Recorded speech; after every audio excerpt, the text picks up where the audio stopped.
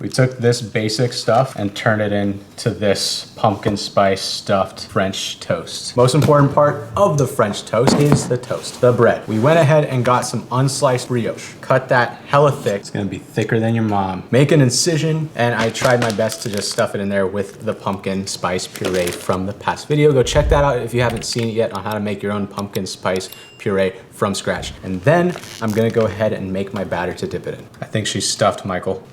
That was so good. Now I'm going, me, to make the batter. I'm making my French toast batter with a pumpkin spice latte from Starbucks. I already showed you guys how to make your own. Go check out that video if you want to make your own. Whisk that up. Then I realized that I needed another egg, and then toss that onto a sheet tray with my bread. Make sure it's soaked up real good before we cook it. In a pan, I tossed in a healthy amount of butter. Put that into the pan and then gave it a flip once I got a good initial sear on one side. Then immediately toss that into a 350-degree oven. Now while that's going, I'm gonna start the pecans. Pecans into a pot, and then I add water, bring that to a boil. Now, once you bring this up to a boil, you wanna repeat this process about 3 to 4 times to remove that bitterness. Then, we go ahead and strain it. Once you strain your nuts out of that boiling water, you're gonna toss it into some powdered sugar. Also, mind you, I've done this with pretty much any kind of nut, like hazelnut, walnut, peanut. It works great, delicious. Once we do that, we take it out, toss it into the fryer after they fully coat in that powdered sugar. And that's going to make this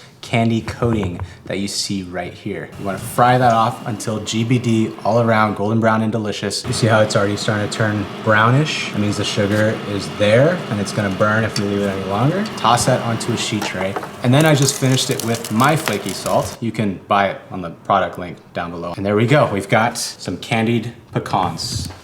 Once your French toast is done, pull it out of the oven, set that aside, and then I am going to make the maple vanilla mascarpone. This stuff is like crack, it's delicious. All it is the vanilla flecks plus maple sugar tossed in with the mascarpone, whisk that up until it's very smooth, and then we set it aside, and there we go, we've got a delicious maple vanilla mascarpone.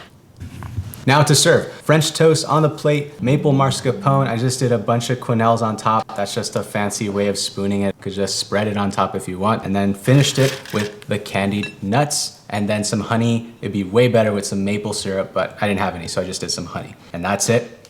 We've got our pumpkin spice stuffed French toast. This looks f***ing delicious. Let us know what other pumpkin spice stuff you want us to make in the comments down below. Ooh, yeah. She's stuffed. I'm recording this for the vlog. Everybody, go check out the vlog channel. Holy shit. Mint. Mint? Mint. Pumpkin, not mint. If you have a sweet tooth, this is like something you should definitely make.